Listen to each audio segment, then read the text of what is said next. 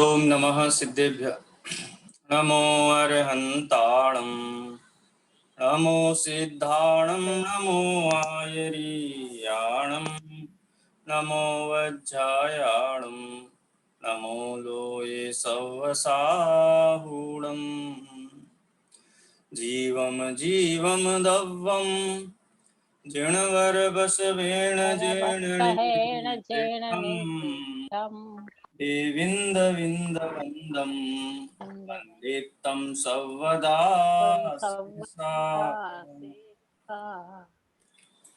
द्रव्य संग्रह ग्रंथ के आधार पर अपनी कक्षा चल रही है, जिसमें हमारी अभी जीव के 9 अधिकारों के ऊपर चर्चा चल रही है। 9 अधिकार का मतलब होता है यहाँ पर जीव के बारे में 9 अध्याय, एक एक गाथाओं में एक एक अधिकार, दो दो गाथाओं में एक एक अधिकार, इस प्रकार से जीव के स्वरूप के बारे में संक्षेप में यहाँ पर चर्चा चल रही है।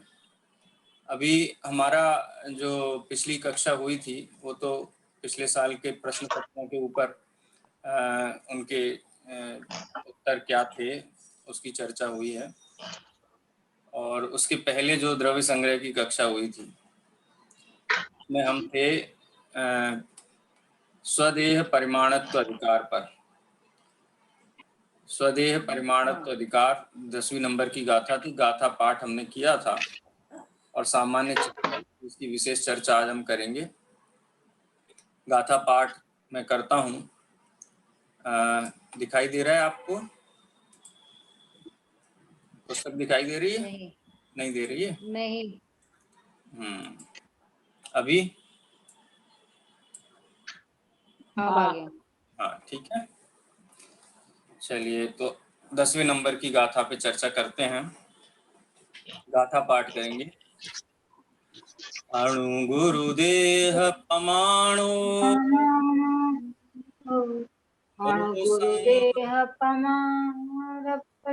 उपसंहारप सपदो चेदा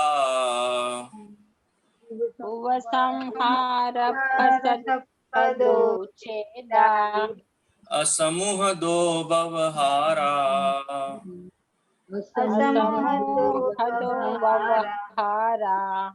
क्षय दो असंक देशो वा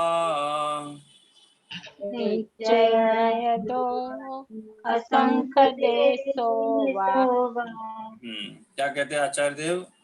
आत्मा कितना बड़ा है? आत्मा का आकार कितना है? तो कहते अणु गुरु देह परमाणु। अणु माने छोटा और गुरु माने बड़ा। देह जैसा छोटा बड़ा देह हो उसके प्रमाण माने उसके बराबर आत्मा होता है। देह छोटा है तो आत्मा उस देह के आकार का है, बड़ा है तो बड़ी देह के आकार का है।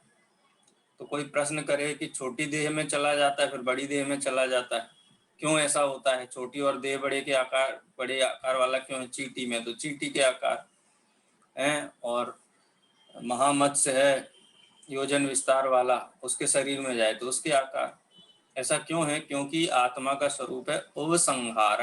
उपसंहार माने समेटना, और प्रसपदो और प्रसार होना। समेटना और प्रसार होना। जैसे 1 किलो रुई को एक तकिए में भी, एक पिलो में भी भरते हैं तो पूरे में भर जाती है। उसी को दबा करके अगर रखा जाए तो एक छोटी सी पॉलीथिन में भी आ जाती है।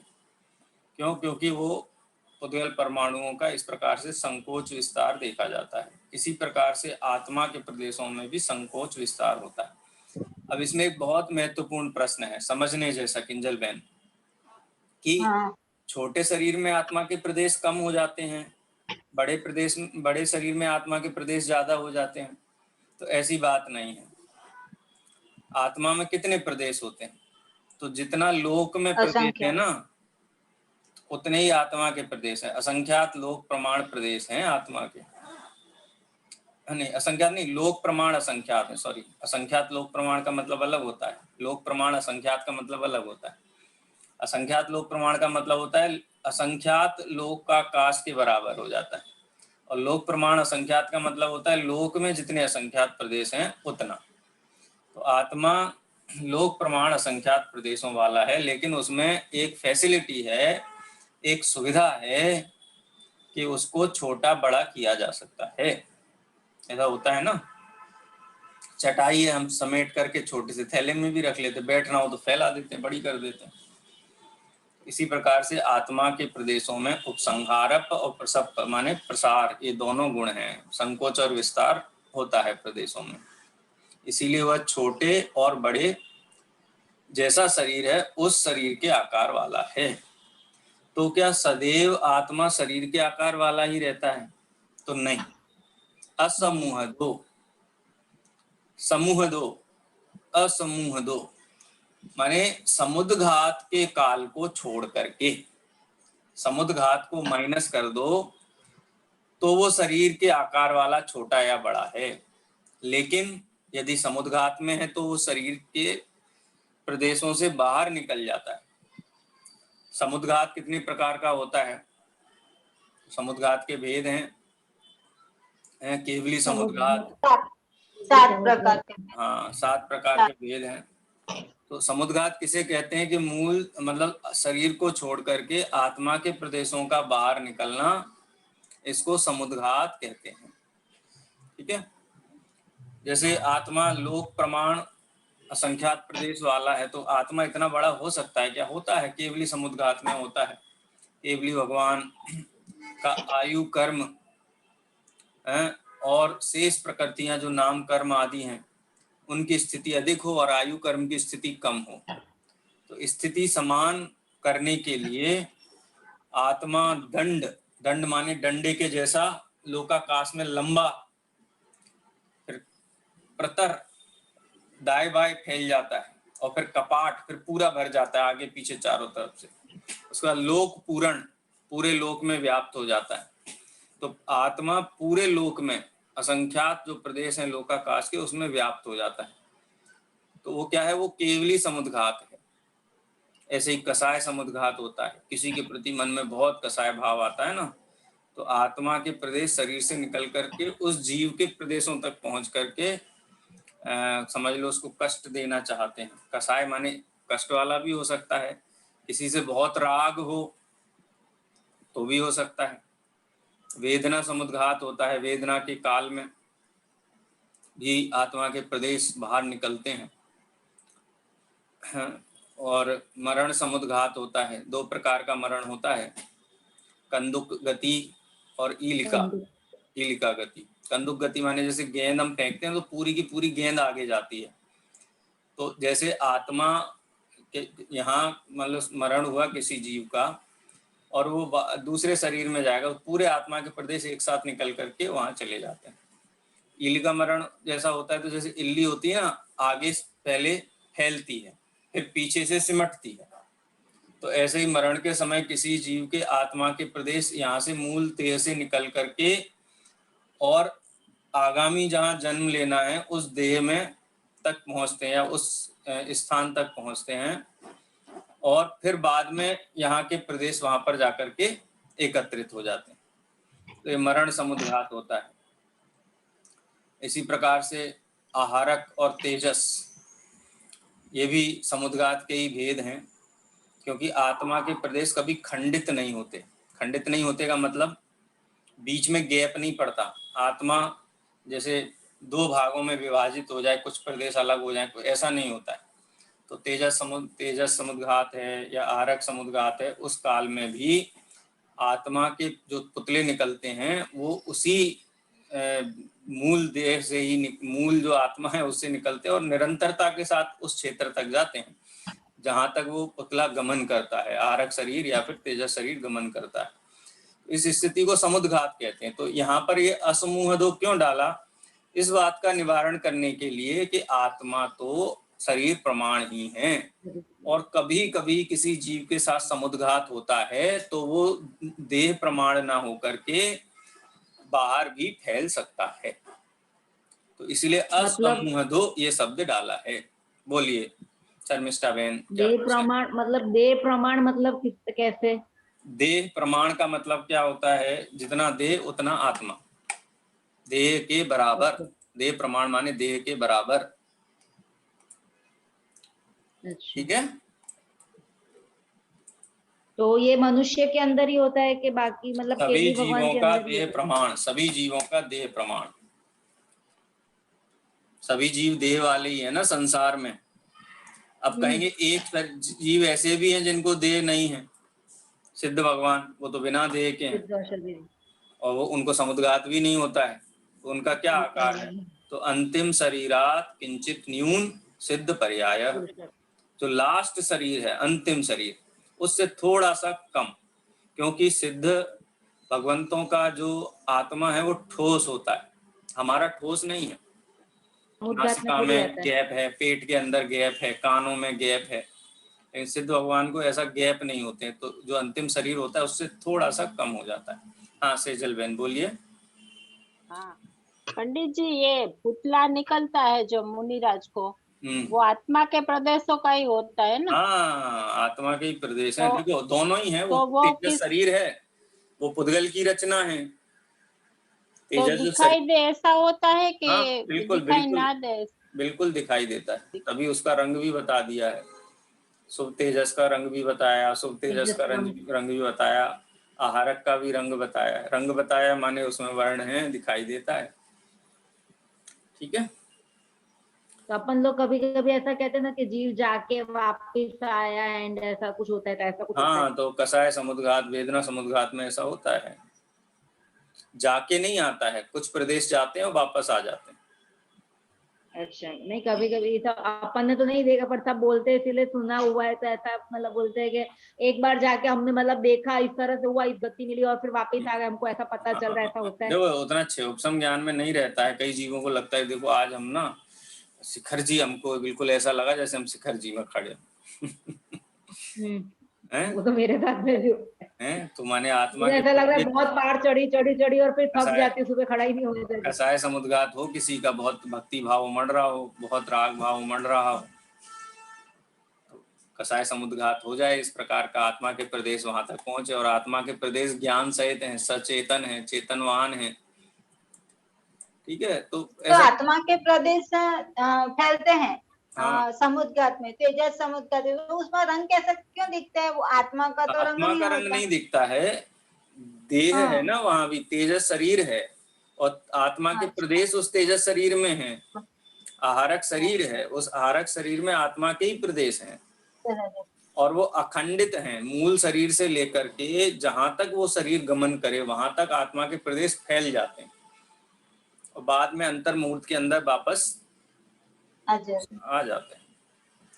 चलिए अच्छा। बहुत अच्छा, अपनी चर्चा हो गई, सरल है वैसे तो, पिछली साल भी हमने किया, अब इसको हम रीड कर लेते हैं, तो और भी जो बिंदु हैं ब्रह्मदेव सूरी की टीका के, वो भी यहाँ आ जाएंगे। चलिए सेजल बहन आप पढ़ना प्रारंभ करिए। हाँ, अणु गुरु देह पमाणो, निश्चय नहीं से अपने देह से भिन्न, तथा केवल ज्ञान आदि अनंत गुणों की राशि से अभिन्न, ऐसे शुद्ध आत्म स्वरूप की प्राप्ति के अभाव से तथा देह की ममता के मूलभूत आहार, भय, मैथुन, परिग्रह रूप संज्ञा आदि समस्त राग आदि विभावों में आसक्ति होने से जीव ने जो शरीर नाम कर्म उपार्जन किया, उसका उदय होने पर अपने छोटे तथा बड़े देह के बराबर होता है। हाँ प्रश्न, शरीर प्रमाण वाला कौन है? हाँ, उत्तर, चेतन अर्थात जीव है। किस कारण से? उपसंहार पदो, संकोच तथा विस्तार स्वभाव से, यानी शरीर नाम कर्म से उत्पन्न हुआ विस्तार तथा संकोच रूप जीव के धर्म है, उनमें यह जीव अपने देह के प्रमाण होता है। यह दृष्टांत क्या है? जैसे दीपक किसी बड़े पात्र से ढक दिया जाता है तो दीपक उस पात्र के भीतर सबको प्रकाशित करता है, और यदि छोटे पात्र में रख दिया जाता है तो उस पात्र के भीतर प्रकाशित करता है। प्रश्न, फिर अन्य किस कारण से यह जीव देह प्रमाण है? असमूह दो, समुद्घात के न होने से वेदना, कषाय, विक्रिया, मरणांतिक, तेजस, आहार और केवली नामक 7 समुद्घातों के न होने से जीव शरीर के बराबर होता है।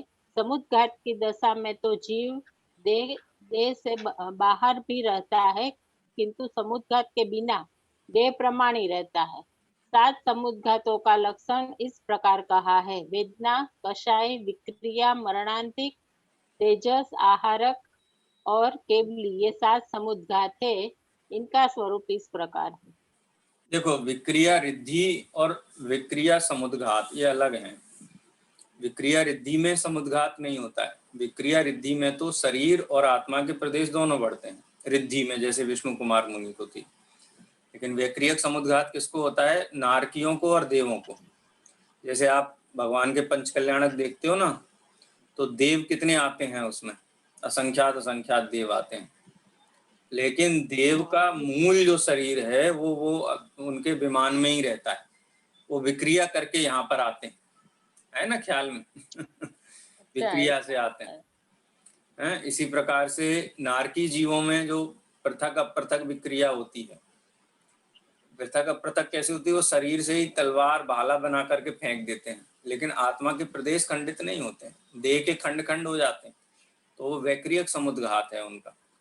आत्मा खंड खंड रूप ना होता हुआ शरीर के खंड खंड हो जाना, वो नारकी वैक्रियक शरीर का समुद्घात है। ठीक है, जिन स्थान पर शरीर नहीं है उन स्थानों पर भी आत्मा के प्रदेश हैं। तो ये थोड़ा विक्रिया समुद्घात के संदर्भ में भी हमको समझना चाहिए। अब इसकी परिभाषाएं भी ब्रह्मदेव सूर्य जी ने दी हुई हैं, तो उन परिभाषाओं को भी हम देख लेते हैं। किंजल जी पढ़िए।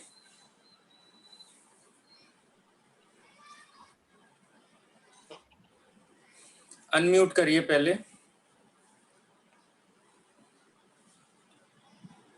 जय जिनेन्द्र। जय जय। एक, तीव्र पीड़ा के अनुभव से मूल शरीर न छोड़ते हुए जो आत्मा के प्रदेशों का शरीर से बाहर निकलना, सो वेदना समुद्घात है। बे, तीव्र क्रोधादि कसाई के उदय से अपने धारण किए हुए शरीर को न छोड़ते हुए जो आत्मा के प्रदेश दूसरे को मारने के लिए शरीर के बाहर जाते हैं, उसको कसाई समुद्घात कहते हैं। 3, किसी प्रकार की विक्रिया छोटा या बड़ा शरीर अथवा अन्य शरीर उत्पन्न करने के लिए मूल शरीर को न त्याग कर जो आत्मा के प्रदेशों का बाहर जाना है, उसको विक्रिया समुद्घात कहते हैं।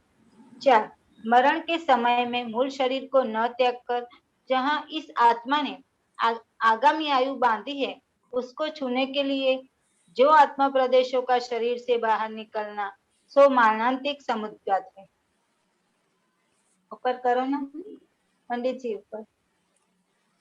अपने मन को अनिष्ट उत्पन्न करने वाले किसी कारण को देखकर क्रोधित संयम के निदान महामुनि को बांधे कंधे से सिंदूर के ढेर जैसी क्रांति वाला 12 योजन लंबा सूच्यंगुल के संख्यात्वे भाग प्रमाण मूल विस्तार और 9 योजन के अग्र विस्तार वाला काहल बिलाव के आकार का धारक पुरुष पुतला निकल करके बाई प्रदक्षिणा देकर मुनि जिस पर क्रोधित हो उस विरुद्ध पदार्थ को भस्म करके और उसी मुनिराज को शायद उसी मुनिराज के प्रदक्षिणा देकर मुनि जिस पर क्रोधित हो उस पर विरुद्ध पदार्थ को भस्म करके और उसी मुनि के साथ आप भी भस्म हो जावे। जैसे दीपायन मुनि के शरीर से पुतला निकलकर द्वारिका नगरी को भस्म करने के बाद उसी ने द्विपायन मुनि को भस्म कर दिया और वह पुतला आप भी भस्म हो गया। और सो अशुभ तेजस समुद्घात है तथा जगत को रोग दुर्भिक्ष आदि से दुखित देखकर जिसको दया उत्पन्न हुई, ऐसे परम संयम निदान महर्षि के मूल शरीर को न त्याग कर पूर्वोक्त देह के प्रमाण सौम्य आकृति का धारक पुरुष दाएं कंधे से निकलकर दक्षिण प्रदक्षिणा करके रोग दुर्भिक्ष आदि को दूर कर फिर अपने स्थान में आकर प्रवेश कर जावे, वह सुख तेजस समुद्घात है। 6, पद और पदार्थ में जिसको कुछ संशय उत्पन्न हो, उस परम ऋषि के धारक परमर्षि के मस्तक में से मूल शरीर को न छोड़कर निर्मल स्फटिक रंग का एक पुतला निकलकर अंतर्मुहूर्त में जहाँ कहीं भी केवली को देखता है, तब उनका दर्शन से अपने आश्रय मुनि को पद और पदार्थ का निश्चय उत्पन्न कराकर फिर अपने स्थान में प्रवेश कर जावे, सो आहारक समुद्गत है। 7 केवलियों के जो दंड कपात प्रतर लोक पूर्ण होता है, तो 7वां केवली समुद्गत है। अब नयों का विभाग कहते हैं। व्यवहारा अनुपचरित असद्भुत व्यवहार नय से जीव शरीर के बराबर है तथा निश्चय दो असंख्य देशों व निश्चय नय से लोकाकाश प्रमाण असंख्य प्रदेश है। उन प्रमाण असंख्यात प्रदेशों का धारक यह आत्मा है। असंख्य देशों जो वह शब्द दिया है, उस शब्द में ग्रंथकर्ता ने यह सूचित किया है कि स्वसंवेदन आत्मानुभूति से उत्पन्न हुए केवल ज्ञान की उत्पत्ति की अवस्था में ज्ञान की अपेक्षा से व्यवहार न्याय द्वारा आत्मा लोक अलोक व्यापक है, किंतु नैयायिक मीमांसक तथा सांख्य मत अनुयायी जिस तरह आत्मा के प्रदेशों की अपेक्षा से व्यापक मानते हैं, वैसा नहीं है। इस तरह पांचों इंद्रिय और मन के विषय के विकल्पों से रहित जो ध्यान का समय है, उस समय आत्मा अनुभव रूप ज्ञान के विद्यमान होने पर भी बाहरी विषय रूप इंद्रिय ज्ञान के अभाव से आत्मा जड़ माना गया है। परंतु सांख्य मत की यह आत्मा सर्वथा जड़ नहीं है। इसी तरह आत्मा राग द्वेष आदि विभाव परिणामों की अपेक्षा से उनके न होने से शून्य होता है, किंतु बौद्ध मत के समान अनंत ज्ञानादि की अपेक्षा शून्य नहीं है। और भी अणु मात्र शरीर आत्मा है। यहाँ अणु शब्द से उत्सेद धनांगुल के असंख्याते भाग परिमाण जो लब्धि अपर्याप्त सूक्ष्म निगोद शरीर है, उस शरीर का ग्रहण करना चाहिए, किंतु पुद्गल परमाणु का ग्रहण न करना चाहिए। एवं गुरु शरीर शब्द से 1000 योजन प्रमाण जो महामत्स्य शरीर है, उसको ग्रहण करना चाहिए और मध्यम अवगाहना से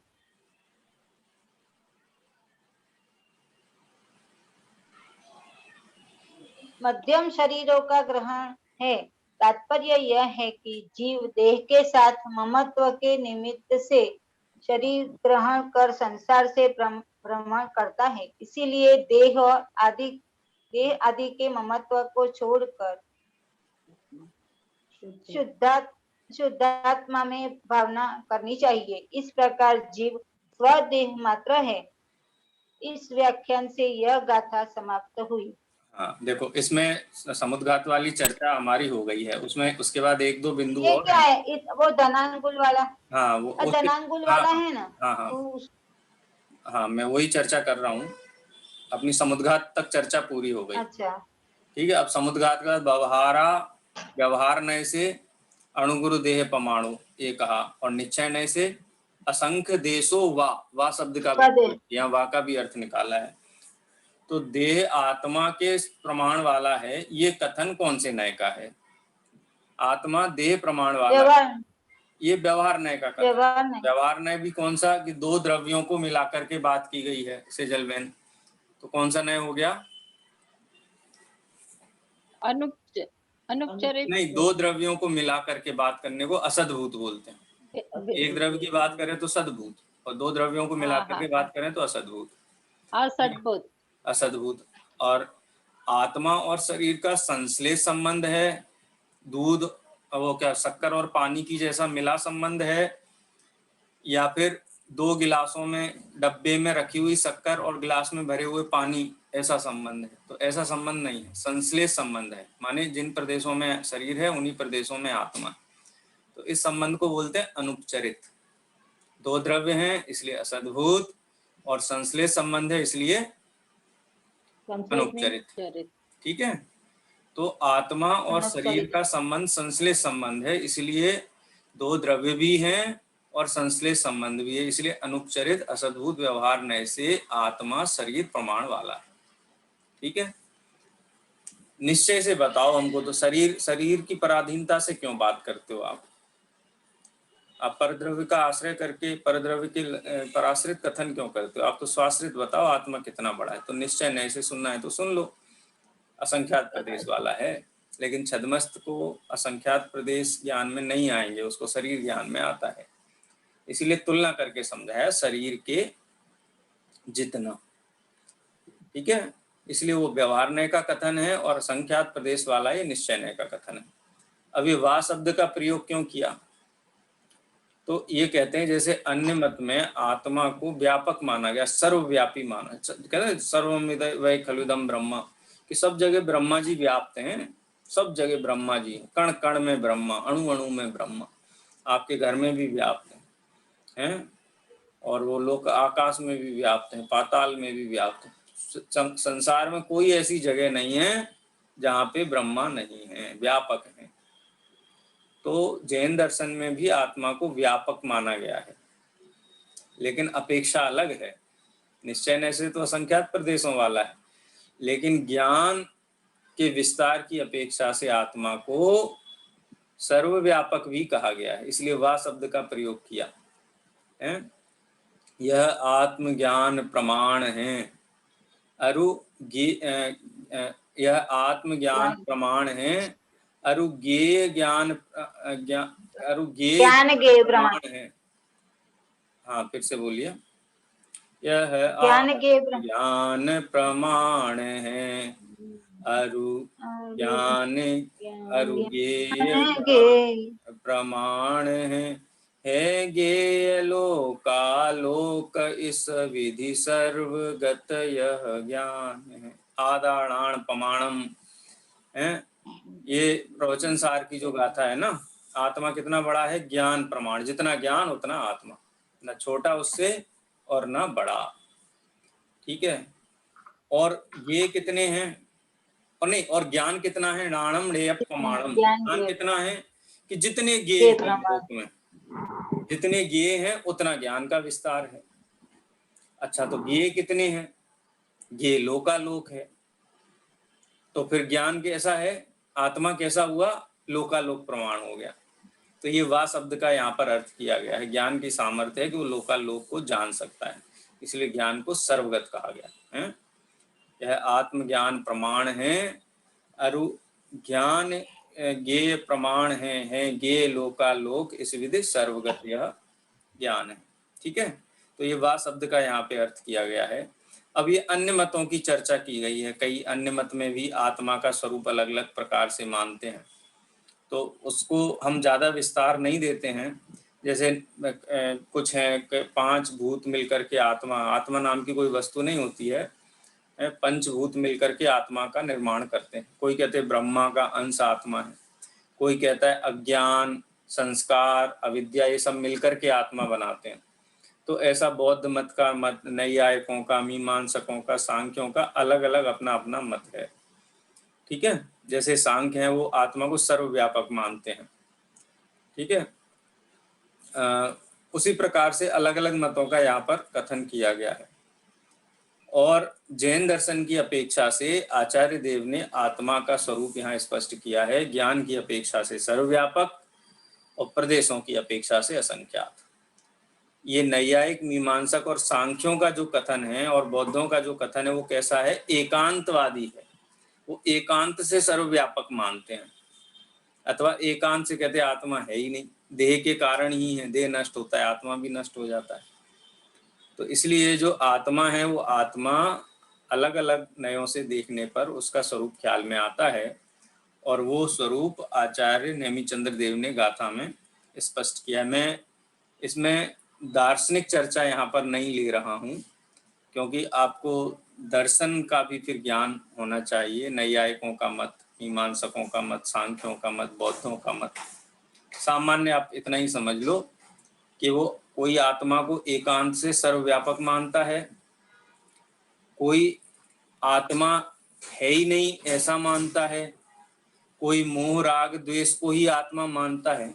इसके बारे में अगर विस्तार से पढ़ना हो तो जो 39 से 44 नंबर की गाथा है समय सार की, वहां पर इसकी चर्चा आती है।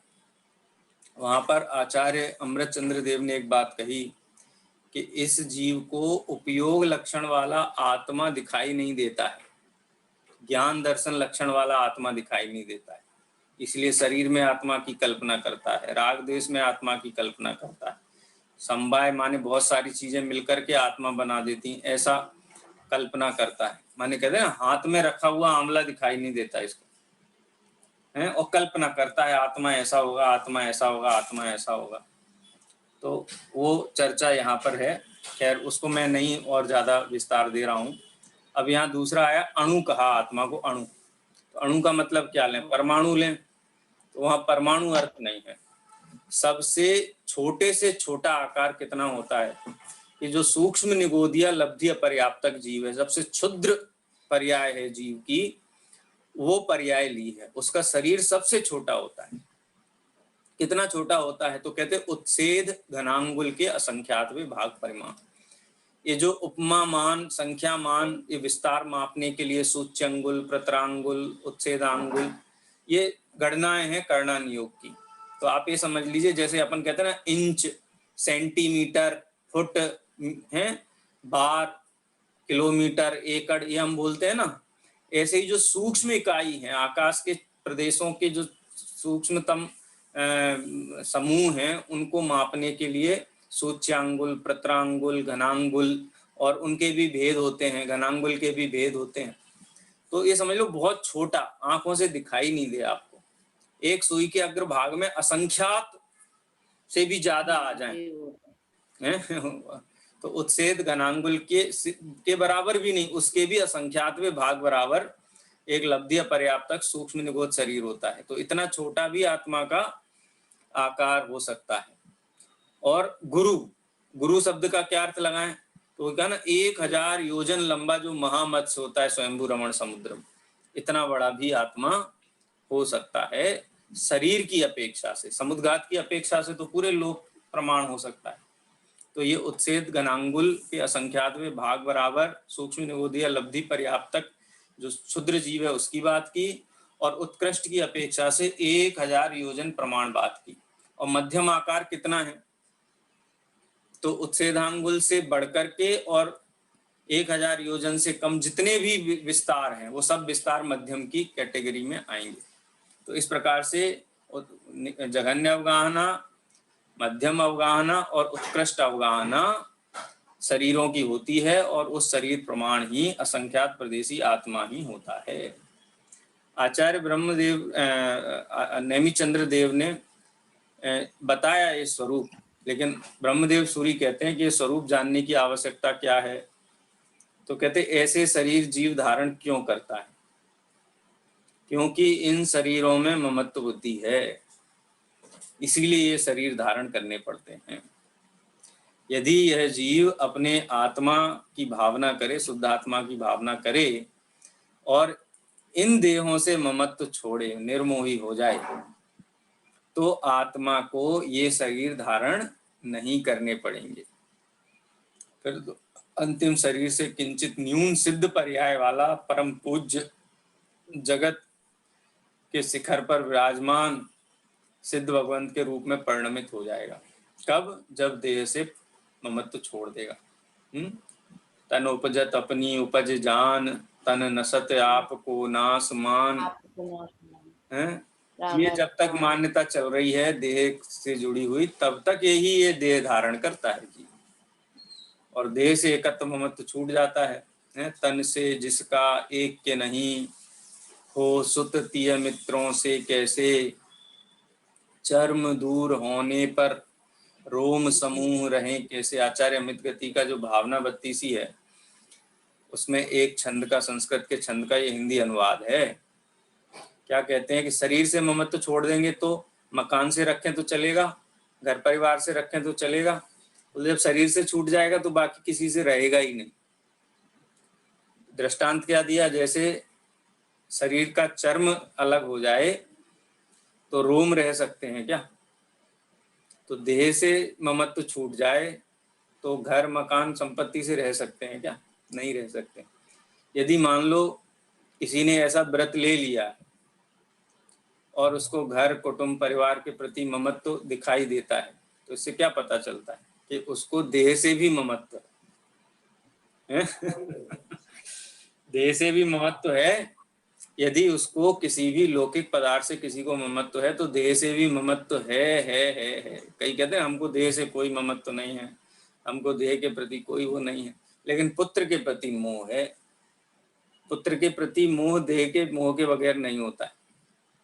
माने प्राप्त पर्याय की मोह के बिना, प्राप्त पर्याय समझे ना, जो पर्याय प्राप्त है वर्तमान में, वही तो देह है।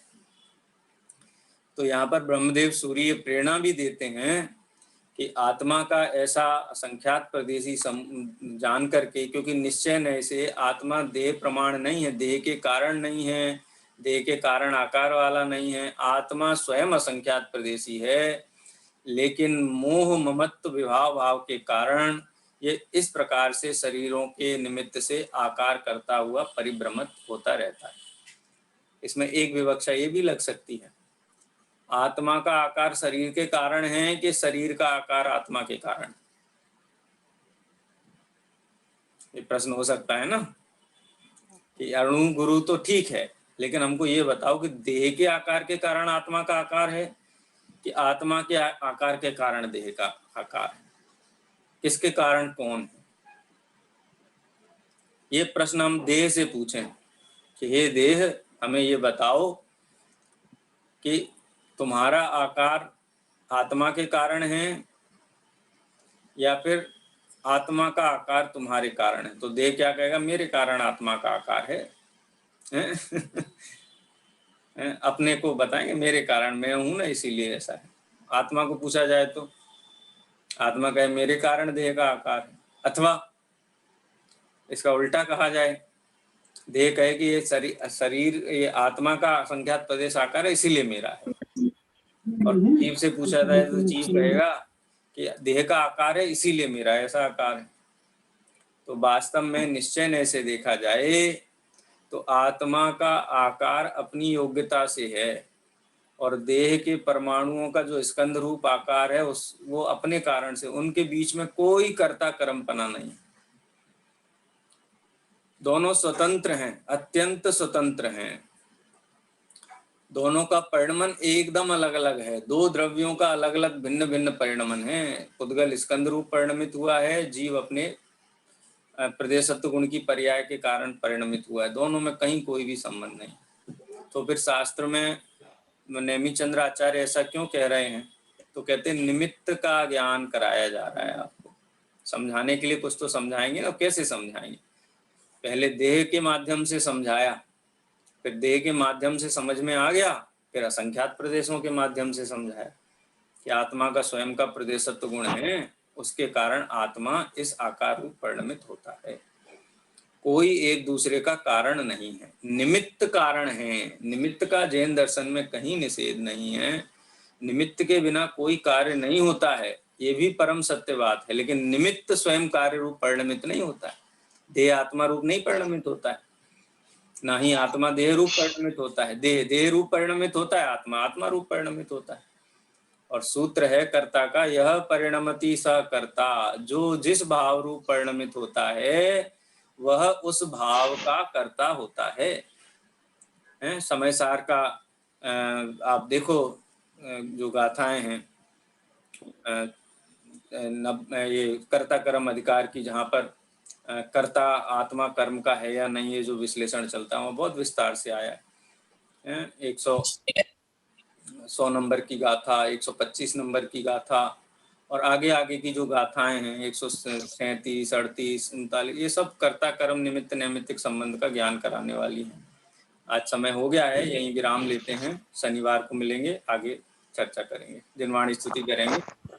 निज निधि निज में बताई यह अनंत उपकार है, के लिए जिन वाणी मां को वंदना सतबार है।